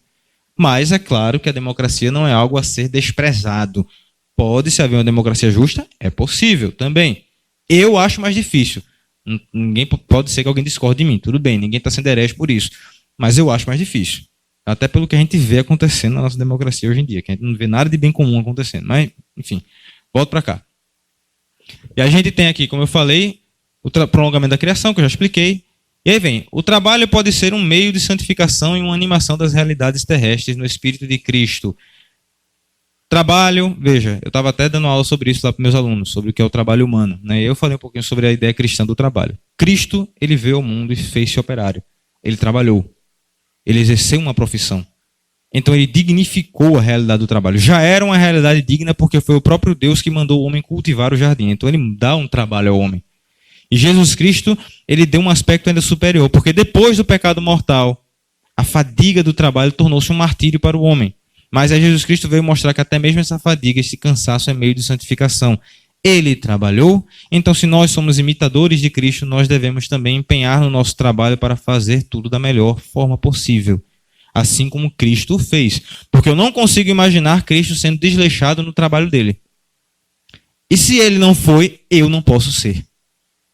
E a partir da imitação de Cristo, a partir dos sofrimentos que o trabalho impõe, eu me santifico, glorifico a Deus e evoluo enquanto ser humano. O trabalho, ele tem este papel de santificação, de fazer com que o mundo se aparente com o ideal de Jesus. Porque pelo trabalho nós transformamos o mundo e imprimimos aquilo que nós temos nele. E se o que nós temos é o Espírito de Deus, então o Espírito de Deus vai aparecer no nosso trabalho, vai aparecer na nossa forma de trabalhar. E como é que eu me santifico a partir disso? São José Maria Escrivá ele deu uma frase perfeita que exprime bem isso. Ele vai dizer que o heroísmo do trabalho está em cumprir cada tarefa. A partir do momento em que você se empenha por cumprir cada uma de suas tarefas, você está glorificando a Deus naquilo que você faz. Agora, cumprir de forma perfeita, o mais perfeito possível, fazendo como Jesus faria no seu lugar. E assim você, na labuta, no suor derramado, nas dores que dá o trabalho, no cansaço que ele traz, isso tudo vai se juntando à sua cruz e te aproximando do Cristo crucificado e vai te santificando e te elevando e te aproximando mais de Deus. O trabalho também é uma forma de santificação, né? E aí a gente tem aqui direito ao salário justo. A gente já falou um pouquinho sobre isso, né? A questão de todos nós temos que ter o trabalho, ele deve exigir um salário justo, né? Então nós trabalhamos, né? E o trabalho, o patrão, ele tem que pagar um salário, segundo a Centésimos Anos aqui, ela vai dizer justamente que o salário ele deve pagar, ele deve ser suficiente para que as pessoas possam suprir suas necessidades e ainda dê uma folga para a possível economia. O salário justo deveria levar isso. E ele não tem, um salário justo não é determinado por acordo entre as partes. Viu? Não é porque as duas partes acordaram naquele salário que ele necessariamente é justo. Porque a gente sabe que o trabalhador, de fato, é o lado mais fraco da relação. Então, uma pessoa que está desempregada, que está morrendo de fome, precisa trabalhar, e aí o patrão chega e está precisando, eu vou pagar qualquer coisa para ele que ele vai aceitar, houve um acordo. Mas o patrão não está pagando aquilo que é justo, de fato, pelo trabalho que ele faz. Então, não é isso que determina. Não é porque você fez um acordo com o seu patrão que está tudo bem. Não, ele pode ter feito um acordo e está aproveitando da tua fragilidade, né? Então, isso pode acontecer. E o direito à greve, ele também é previsto para a igreja agora como última solução possível para resolver determinado problema. Não pode ser algo que venha recorrendo, que seja feito, inclusive envolvendo violência e tudo mais, isso não pode acontecer. Tá? E aí a gente passa para a questão da luta de classes. Eu não vou conseguir falar tudo, de fato, que tem aqui para falar. Tá? Eu vou tentar pegar os pontos mais importantes, que eu acho que isso aqui, inclusive o próximo ponto, questão da vida econômica, principalmente esse ponto aqui que eu vou falar, isso aqui eu tenho que tocar nele porque é algo que está latente na nossa sociedade hoje em dia. Luta de classes. Eu vou pular logo para a vida econômica porque eu já falo sobre isso aqui. O que é que o catecismo fala? O desenvolvimento das atividades econômicas e o crescimento da produção estão destinados a servir às necessidades dos seres humanos. A vida econômica não visa somente multiplicar os bens produzidos e aumentar o lucro ou o poder. Isso aqui é importante. A vida econômica não tem que visar isto. A vida econômica, veja, o problema de hoje em dia é que tudo basicamente é inversão de valores. Lembra que eu falei dos valores no começo? Basicamente tudo está acontecendo errado porque os valores estão sendo invertidos. O trabalho deveria estar em função do homem, mas o que é que está acontecendo? O homem está em função do trabalho. A vida econômica deveria existir para servir ao homem, mas o que é que está acontecendo? O homem está servindo à economia. Porque a economia ela existe porque é uma ação humana. Mas o problema é que os homens estão virando ações econômicas. As coisas estão se invertendo. E por isso a coisa não está dando certo. Não é somente para multiplicar. Isso é bom, isso deve acontecer, é claro, porque senão as empresas não se mantêm. Se não houver lucro, a empresa cai, e caindo os trabalhadores todinhos ficam desempregados. Tem que haver lucro? Tem que ter. Lucro não é coisa do demônio. Tem muito marxista por aí que fica condenando o lucro. Ah, por que esse lucro todo? Não entende porcaria nenhuma de economia. Fala um monte de baboseira sobre a economia. Vai trabalhar aquela ideia do valor trabalho, lá de antigamente, que os economistas mais atuais derrubaram isso facilmente, né? Mas sendo que ficam em cima, porque lucro não pode, porque lucro não existe. Se não tiver lucro, as empresas não sustentam. Se não tiver empresa, não tem trabalho. Se não tiver trabalho, todo mundo morre de fome. A gente vai voltar, a gente pode até conseguir, mas vai ter que voltar à vida primitiva, você cultivando sua própria terra, que não é algo errado, é algo digno também. Só que é a sociedade moderna que todo mundo tanto preza, né? Que tem que ser a sociedade moderna, né? Ela se destrói se você não tem o lucro das empresas. Porque a sociedade moderna se move em torno disso. Não tem como a empresa existir, a economia rodar, se as empresas não lucrarem. Não dá. Não dá. Eu não sei como é que isso funcionaria se não fosse assim. Antes de tudo, ela está ordenada ao serviço das pessoas, do homem em sua totalidade e toda a comunidade humana. Conduzida segundo os seus próprios métodos, a atividade econômica deve ser exercida dentro dos limites da ordem moral, segundo a justiça social, a fim de corresponder ao plano de Deus acerca do homem. Veja só, a economia ela está ordenada ao serviço das pessoas, do homem em sua totalidade. A economia nos serve, porque ela é uma expressão também do homem, porque a economia existe porque o ser humano existe. Se não houvesse ser humano, não haveria economia. Se não houvesse ser humano, não haveria sociedade. É para nós que as realidades humanas existem. O próprio Jesus Cristo vai falar sobre o sábado, né? Mas a gente pode pegar e aproveitar isso. O que é que Jesus Cristo fala? O homem não existe para o sábado, mas o sábado para o homem. A gente transmite isso aqui também para a nossa vida. O homem não existe para a economia, é a economia que existe para o homem. O homem não existe para o trabalho, é o trabalho que existe para o homem. O trabalho é um auxílio do homem para poder viver em sociedade. Mesma coisa a economia. Como eu digo, é sempre problema de inversão de valores. O marxismo ele vai inverter isso perfeitamente, né? A gente vai falar um pouquinho agora sobre isso, porque a gente tem esses dois probleminhas aqui, né, que eu queria tratar com vocês. Eu não sei se vai dar eu vou acabar tratando tudo aqui, né? Porque esse ponto agora vai envolver tudo, tá? Aí eu vou dar uma resumida bem grande. Vou falar sobre uma ideologia bem interessante, isso aqui que a gente termina, que é o ambientalismo. Promoção da paz acaba envolvendo tudo, porque se a gente segue isso aqui, a gente promove paz, né? Então vamos pegar aquilo que é mais importante, de fato, porque nisso aqui eu já vou resumir boa parte do que a gente vai falar. Um dos problemas muito sérios, né, que nós temos, como eu falei, a inversão de valores, é que hoje em dia, o que é que está acontecendo? A ideia está vindo antes da realidade, né? Então, existe uma precedência, principalmente por conta dos filósofos modernos, de que são os idealistas, né? E aí, o próprio Marx, ele se baseia em um idealista, que é Hegel, né, para poder, eu vou tentar explicar um pouquinho sobre isso aqui, mas ele vai dizer justamente o que é que significa a ideia precede a realidade. Eu tenho uma ideia e eu quero que a realidade se molde à minha ideia. A ideologia, ela basicamente é isso. É quando eu não olho para a realidade e digo que ela tem que se adaptar àquilo que eu penso, quando na verdade não é isso que acontece. Porque mesmo que eu diga que isso aqui é um avião, isso vai continuar sendo cadeira e não vai sair voando.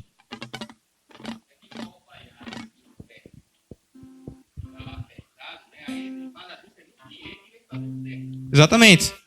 Mesma coisa, mulher, para vestido de casamento, para vestir de casamento de cabelo tem que emagrecer. Não vamos vestir teu tamanho, criatura, porque tem que ser você, né? A gente quer fazer isso na sociedade, o problema é esse, é isso que a gente faz, né? A gente fica querendo moldar a sociedade de acordo com o que a gente pensa, só que o problema é o seguinte, uma hora a gente vai perceber que não é assim, a gente se frustra. E essa frustração leva a suicídio, depressão, tudo que não acontece. Por que as pessoas são tão deprimidas hoje? Por que existe tanto problema psicológico hoje em dia? Lógico, sempre existiu, claro. Mas você vê esse surto de depressão. Todo mundo é depressivo hoje em dia. Por quê? Porque eles querem que a realidade se adeque àquilo que eles pensam. Ele vê que não acontece. Lógico, tem a realidade patológica da depressão, que aí já é outra questão. Mas existem pessoas que entram em processo de depressão. Por quê? Porque as coisas não estão de acordo com o que eu quero. Ao invés de eu me adaptar, criar força, tentar me adequar àquilo que a realidade está me mostrando que é. Oi, som. Você que ter falhado. Está mostrando o que é. O que é que eu faço? Não. A realidade tem que mudar. Eu vou continuar como eu sou. Eu nasci assim, eu cresci assim, eu morri assim, vou sempre assim, Gabriela, né? Então vai ser minha vida toda assim. E a realidade que se mude para se adaptar a mim. Mas é o contrário, minha gente. Os primeiros filósofos não pensavam assim. Pega Aristóteles, Platão, Sócrates, aí você vai para os cristãos, Agostinho, Santo Tomás de Aquino. Eles vão olhar e vão dizer, eles vão tentar olhar para a realidade e a partir daquilo que a realidade mostra, eu vou criar as ideias que explicam essa realidade. A realidade ela vem antes das ideias. Então, eu não posso querer moldar o mundo de acordo com o que eu penso. As ideologias elas fazem isso, é justamente a questão do liberalismo e comunismo aqui. O que é que o liberalismo e o comunismo fazem? Eles querem moldar a sociedade de acordo com as suas ideias. Você tem os filósofos que pensaram como uma sociedade deve ser, então a partir disso eu quero transformar a sociedade do jeito que eu estou dizendo que é. O liberalismo, por um lado, ele acaba isolando o ser humano como um indivíduo que não faz parte do social, coloca o livre mercado acima do homem, como se a sociedade existisse por causa do livre mercado, coloca o lucro como princípio máximo e aí nega todo o resto. E aí você tem um liberalismo extremo, que a moral não existe, que eu posso tudo, que eu posso fazer o que eu quiser. E aí, nesse sentido, aí você pego junto com o ateísmo aí. Se eu posso fazer o que eu quiser, eu posso usar dos homens da forma como eu quiser, o que importa é eu conseguir o meu lucro e ter o meu dinheiro. Se eu tiver que pisar em alguém, não tem problema. Se eu tiver que destruir alguém, destruir a família de alguém, destruir a vida de alguém, separar a família, não tem problema. O que importa é eu ter lucro. Quando, na verdade, é o contrário. O que aconteceu? O livre mercado surgiu da sociedade humana. O homem, enquanto família, ele tinha alguma coisa e precisava de outra. Então, para ele conseguir aquilo que ele não tinha, que outra família tinha, ele fazia uma troca. Veja, eu tenho isso que você não tem, você tem uma coisa que eu quero. Eu te dou isso e você me dá aquilo que eu preciso. E aí começa esse comércio de mercadorias. O papel moeda vem depois com uma abstração do valor das coisas. Eu atribuo um valor a algo e crio um papel, uma moeda, alguma coisa que tenha um valor equivalente a isso. E aí, eu, em vez de dar um produto por outro, eu dou uma moeda de ouro, porque abstratamente eu digo que aquele valor vale, aquele bem vale uma moeda de ouro. Então eu começo a troca, mas veja, tudo isso acontece porque o ser humano ele começa a transformar a realidade. Ele, a partir de sua razão, começa a moldar as coisas para que elas, de fato, no caso, não moldar as coisas, né? Que eu estou me contradizendo se eu falar isso. Mas o ser humano ele começa a enxergar esta possibilidade de relação e a partir das relações humanas é que o comércio ele vai surgindo. Ele é fruto do ser humano. O comércio ele é fruto da realidade humana. Não é o homem que é fruto do comércio. Então eu preciso colocar o homem de volta no seu lugar e colocar a economia de volta no lugar dela. Coisa que o liberalismo acaba tendendo a colocar o comércio, o lucro, o livre mercado acima do ser humano, quando na verdade tudo isso é fruto do homem e não é causa dele, né? Em outro extremo vem o comunismo, que aí eles saem do individualismo, aí vai para, como eu falei, está no extremo, vamos resolver o problema? Vamos, está errado isso aqui, está a pessoa sendo explorada e tudo mais, então vamos resolver o problema? Vamos para o outro extremo agora, então vamos dizer que o homem agora não existe individual, só existe sociedade, o Estado tem que ser forte, porque não existe indivíduo mais, tudo tem que ser em favor do todo, da sociedade, do Estado. Então você subtrai o indivíduo da equação e coloca como sendo uma massa que você não consegue identificar pessoas. E aí você tem que colocar um Estado forte em cima para poder controlar isso no começo. Segundo eles, no futuro ia se dissolver, ia virar uma sociedade sem classes, uma sociedade uniforme, uma sociedade de todos, compartilhando de tudo, sem crise, sem paraíso na Terra. É basicamente isso que Marx faz. E aí ele começa com a ideia da luta de classes. Aí, como eu digo, a realidade sendo moldada pela ideia. Marx ele começa a estudar e ele vai insistir em dizer que a história da humanidade está no começo do Manifesto Comunista. A história das comunidades da humanidade é a história da luta de classes. Aí ele vai dizer que toda a história se moveu pela luta de classes, onde sempre tinham classes se degladiando e uma acabava prevalecendo sobre outra. Aí aparecia uma outra classe que lutava com essa, e uma prevalecia. Isso foi acontecendo até que vai chegar no estado perfeito, que é o estado comunista, onde não existem classes mais. Ele começa a imaginar que a sociedade é assim, ele vê, não sei onde isso, e a partir da ideia que ele tem que a sociedade é isso, a gente vai ter que trabalhar para que ela seja isso. Bom, a ideia moldando a realidade, quando na verdade ele, em vez de enxergar a realidade e se adequar a ela, ele quer que a realidade se adeque ao seu pensamento. O mundo tem que se moldar a mim. Esse é o grande problema das ideologias. Qual é a ideia da igreja? É justamente aquilo que eu falei. Você não pode negar nem o indivíduo, nem a sociedade. O indivíduo existe. Ele existe. Ele é o átomo, vamos dizer, a realidade atômica da sociedade. Porque nós precisamos, quando nós agimos, temos que pensar no indivíduo. Mas nós temos que lembrar que o indivíduo não existe só. Ele está no seio da comunidade. E o mundo não é feito somente de lutas. Por que a igreja é contra a luta de classes? Porque todo mundo vai dizer, não, porque Marx está muito mais próximo da igreja do que o liberalismo. Mas Renovado vai dizer, Leão 13 ele vai falar. As classes não devem ser inimigas e lutarem contra si. Porque quando Marx fala de luta de classes, ele está falando de luta sangrenta mesmo. É para um matar o outro. É para os proletários pegarem armas, derrubarem de uma forma sangrenta os proprietários e tomarem o poder por meio de uma ditadura do proletariado que vai impor, ou seja, tirar a liberdade e valores primordiais da igreja, uma determinada forma de enxergar a sociedade, e impondo isso, ele pouco a pouco vai conseguir fazer as pessoas aceitarem esse tipo de situação, né? E aí o Estado se dissolve e temos a sociedade comunista. Sabe qual é o problema dele? Bem, não sei se ele fala na Deus Caritas Est, né? Deus é amor. Ele vai dizer o seguinte: O homem ele não pode ser reduzido à economia. Olhar o homem somente a partir do fator econômico é um reducionismo. O homem ele não tem apenas essa necessidade de dinheiro. O homem, a principal necessidade do homem é a caridade, é o próprio amor que é Deus. Então, saciar as necessidades econômicas de um indivíduo não vai fazer com que o indivíduo se torne pleno. O problema das duas ideologias, tanto o liberalismo quanto o comunismo, é esse. É enxergar o homem unicamente como um ser econômico, como um ser monetário. Ele ignora relações. Ele ignora a necessidade de amor, a necessidade de sociabilidade. Ele ignora todo o resto do homem e reduz ele ao dinheiro. Só que aí eles vão propor coisas diferentes. Soluções diferentes para o problema da sociedade. Mas ambos eles enxergam o homem como simplesmente um ser, uma peça de uma máquina. Seja peça da máquina lucro, empresa, seja peça da máquina Estado. Mas eles sempre vão olhar dessa forma. E aí vem, o pessoal hoje em dia costuma muito falar essas frases aqui para poder afirmar qual é a posição dos católicos. Né? Quando você pergunta qual é a sua posição, eu sou liberal na economia e conservador nos costumes.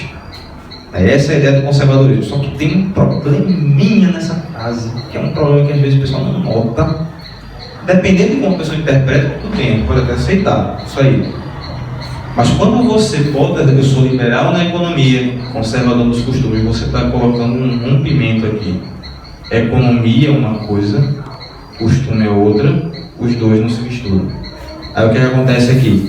Sendo liberal na economia, eu posso fazer o que eu quiser, desde que eu seja conservador nos costumes e guarde uma moral tradicional. Mas um não se mistura com o outro. Mas qual é o problema disso? Os costumes, eles têm que guiar a economia. A moral de Deus é uma moral que envolve todo o âmbito do ser humano, e não somente uma parte dele. Então, se Deus ele impõe uma moral, esta moral ela está envolvida e deve se misturar e guiar todo o agir humano, inclusive o econômico. Então, a economia ela precisa também estar a serviço da expansão do reino de Deus no mundo. Como nós somos seres, não somos seres partidos. Não é tipo, em uma parte eu faço tal coisa. É aquela velha frase, né? Eu sou cristão na igreja, mas na política você não pode misturar cristianismo. Isso é impossível. Se você faz isso é porque o seu cristianismo está no patamar errado que ele não deveria estar. Se você é um cristão, veja, tem um padre lá de São Paulo, quando eu estava num instituto religioso lá, ele é padre Jean, o nome dele. Ele falou o seguinte uma vez, eu fugi obviamente. Deixa eu lembrar que volta. Mas basicamente, sim, lembrei. Ele diz o seguinte: nós não somos médicos, políticos, professores, engenheiros que por acaso são cristãos. Nós somos cristãos e nosso cristianismo é vivido na nossa engenharia, na nossa medicina, no nosso ensino. Então o cristianismo é o que deve nos definir. E aquilo que brota do meu ser, ele deve transmitir o que é o cristianismo que eu vivo.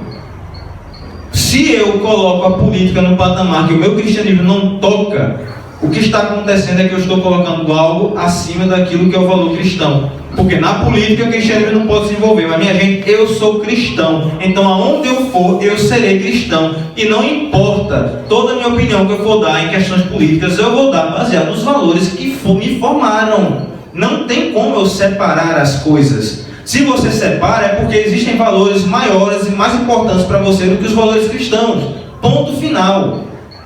Se eu acredito que a vida é um valor insubstituível, é um valor inalienável, eu vou defender a vida aonde eu for.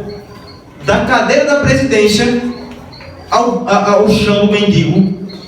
Se eu defendo a vida, não importa onde eu esteja, a vida será um valor que estará em primeiro lugar. E aí cristão que apoia aborto, com essa ideia ridícula de chegar e dizer, não, porque eu não posso misturar religião com política, então eu tenho que olhar para o bem de todos. Aí o pessoal confunde bem comum com fazer a vontade de todo mundo. Que não é isso, o bem comum muitas vezes contraria alguns, o bem comum nem sempre é a vontade da maioria.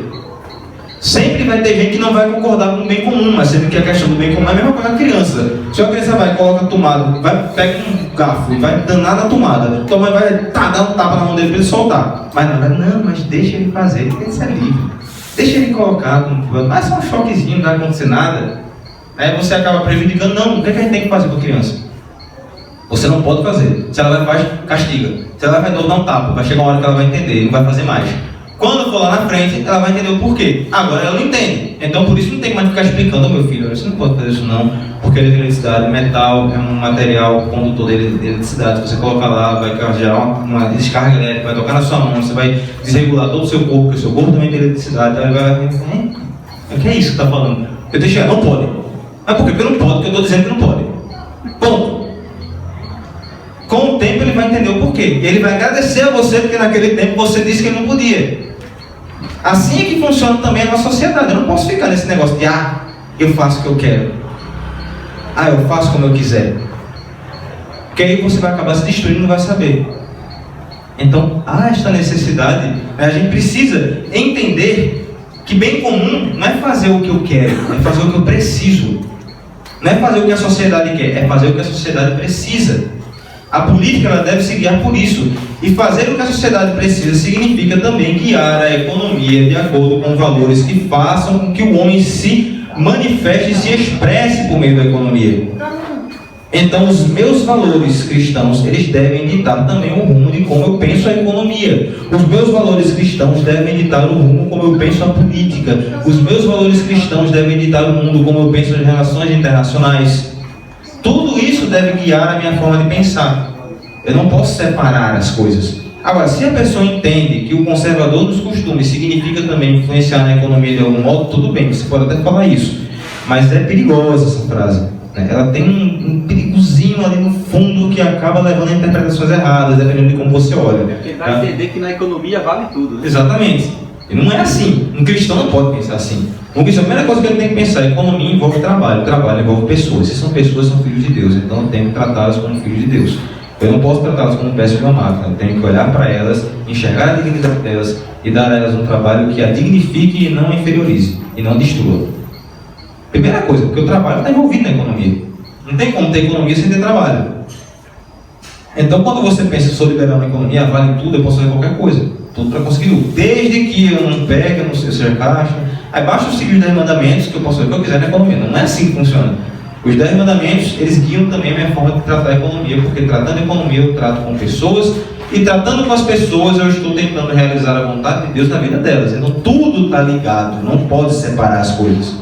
Tá? E aí só para terminar, eu já falei um pouquinho da realidade política.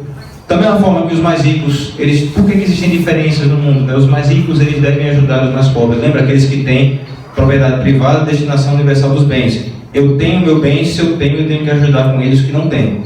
Eu tenho que dar a possibilidade. Porque a ideia básica é que todos os homens tivessem propriedade privada. Né? E aí cada homem, aquele que tem, vai tentar ajudar os que não têm a conseguir acumular aquilo que eles precisam. Se isso funciona para indivíduos, funciona também para nações. As nações ricas deveriam ajudar as nações pobres. A relação dos países, das nações, devia ser uma relação de ajuda mútua. Mas o problema é que o pessoal quer fazer guerra. Veja, a luta de classes ela foi transformada depois em luta de qualquer coisa que estejam opostas. Hoje em dia, a luta de classe não se fala mais necessariamente somente luta de classe entre proletários e empregadores. Luta de classe agora virou homem contra mulher, homossexual contra heterossexual, nação rica contra nação pobre, rico contra pobre, né? Cisgênero contra transgênero, agora tem isso também. Né? Então, você vê que a luta de classe ela começa a ser transferida para outros âmbitos também. Quem fala isso durante a história foi a escola de Franco, então tem toda uma questão filosófica por trás. Né? Mas basicamente nós não devemos alimentar essa ideia de rixas, de lutas, de brigas. Nós devemos buscar a harmonia, a solidariedade. O trabalho cristão é buscar a harmonia entre as classes, onde um ajuda o outro a crescer. E não uma briga onde um tenta destruir o outro. Nós temos que buscar isso. Infelizmente, os governos atuais não estão tendendo muito a isso. A gente está tendo esperança no atual agora para ver se ele consegue mudar um pouco isso. Tá? Mas a gente também não pode colocar toda a esperança nele, porque a gente não sabe. Pode ser que de repente o cara endoideça, enlouqueça lá e comece a fazer virar o liberalista, né? O extremo oposto. Tem que saber dosar as coisas também. A nossa luta é pela harmonia entre as classes. Existe também uma última luta, que eu observo agora, que é a luta homem contra ambiente. né? Agora por quê? Porque tem agora ideologia que estão colocando os animais. Se o pessoal me dizendo, não pode mais, acabou, os mares livres, agora, porque já me levantaram a placa ali atrás. Mas eu prometo que eu termino com isso. É o final. Mas é homem contra meio ambiente, né? Porque agora, qual é a onda agora? Né? É dizer o que está aqui, ó, o ambientalismo é outra ideologia que tem, que vai dizer que o ser humano é visto como praga no mundo e o meio ambiente é levado ao patamar de ídolo. O que é que isso acontece? O que é que está querendo dizer? Inversão de valor, né? Inversão de valor, de novo. Como eu digo, o problema sempre são os valores e os princípios que a gente toma. A gente pode até ter princípios bons, mas os valores, quando são invertidos, o negócio todo cai.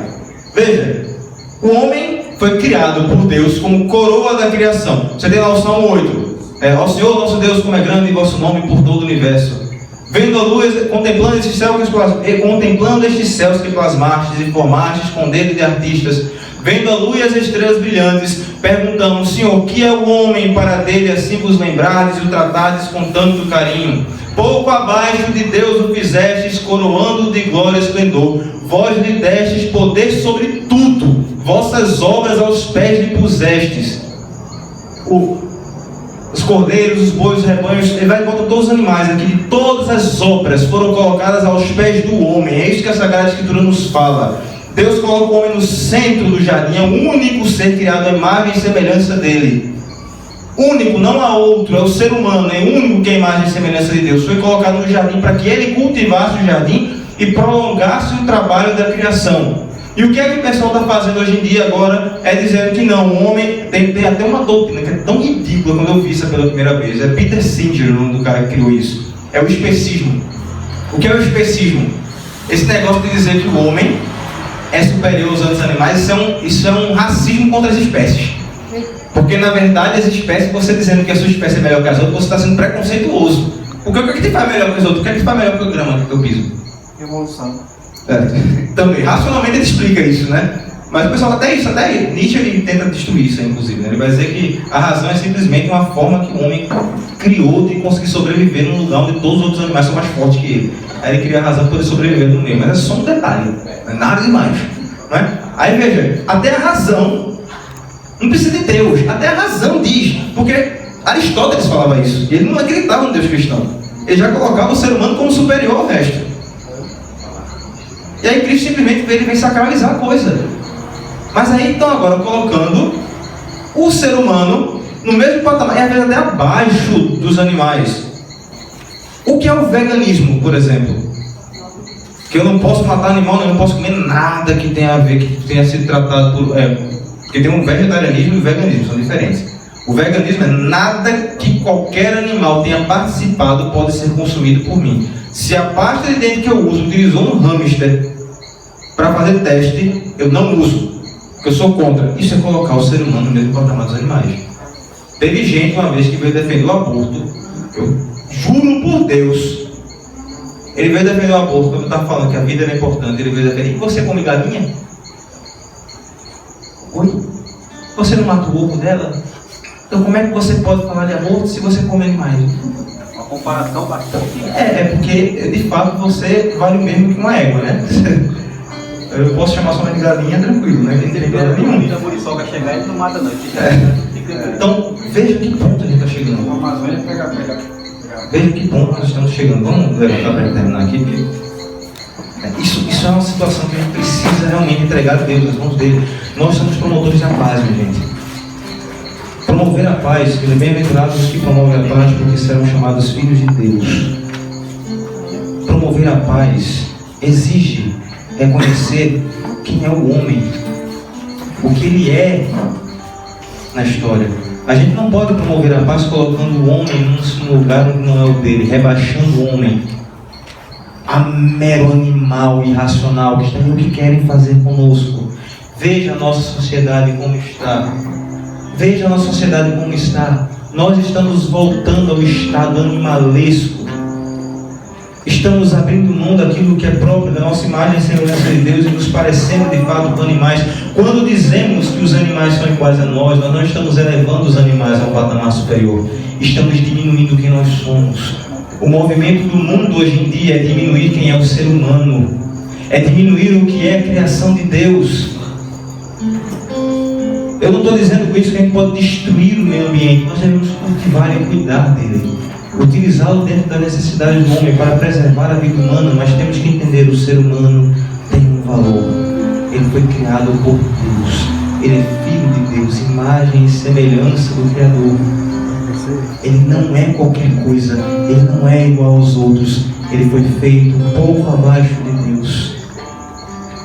Todas as feras, os bois, os rebanhos, todo gado, as feras da mata, passarinhos e peixes dos mares, todo ser que se move nas águas, tudo foi colocado abaixo do pé do homem. O homem é a coroa dessa criação. Nós somos coroa da criação, imagem de Deus. E simplesmente porque Deus nos ama. E somente reconhecendo este valor que o ser humano tem, é que nós iremos conseguir construir verdadeiramente uma sociedade justa. Deixando a ideologia de lado, entendendo que tudo foi pensado. Nós fomos pensados, nós fomos amados, nós fomos criados simplesmente porque quem nos criou nos amou. Deus não precisava de mim para nada, Deus não precisava de ninguém daqui para nada, mas Ele amou tanto a humanidade que a criou para tê-la do seu lado. Então a verdadeira paz, Filho de Deus é aquele que promove a paz. Filho de Deus é aquele que de fato reconhece qual é a realidade, qual é a vontade que Deus tem para a criação e busca viver de acordo com esta vontade. Nós somos feitos para o amor. Nós somos feitos para a caridade. Nós somos feitos para receber e viver este amor. E somente vivendo este amor é que a gente vai conseguir verdadeiramente cumprir a vontade de Deus e ser verdadeiramente feliz. Nada nesse mundo pode nos dar felicidade. Nada nesse mundo pode preencher o vazio que nós temos no coração. Porque o vazio no coração do homem, o vazio no coração da sociedade tem o tamanho de Deus. Só Ele pode preencher. Só Ele pode nos dar o que é de fato ser feliz. Então sejamos os bem-aventurados que Cristo tanto pede, os felizes. Sejamos verdadeiramente filhos de Deus, reconhecendo a mão de Deus em cada pessoa, em cada indivíduo, em cada sociedade, em cada ser da criação. Tudo é de Deus, para Deus, e é para Ele que eu devo viver. Então deixemos que Deus guie nossos atos, guie a nossa vida política, guie a nossa vida econômica, guie a nossa vida social e familiar, desde que Ele seja o centro de tudo. E dessa forma, nós iremos verdadeiramente viver o reino de Deus, já aqui e agora. E com isso, receber o prêmio da vida eterna ao lado dele. Para sermos felizes por toda a eternidade, junto com os anjos, com os santos, com todos aqueles que lá estão antes de nós. Deixemos que Deus seja o nosso centro, seja a nossa vida, seja o nosso guia. Amém. Louvado seja nosso Senhor Jesus Cristo. Para sempre seja louvado.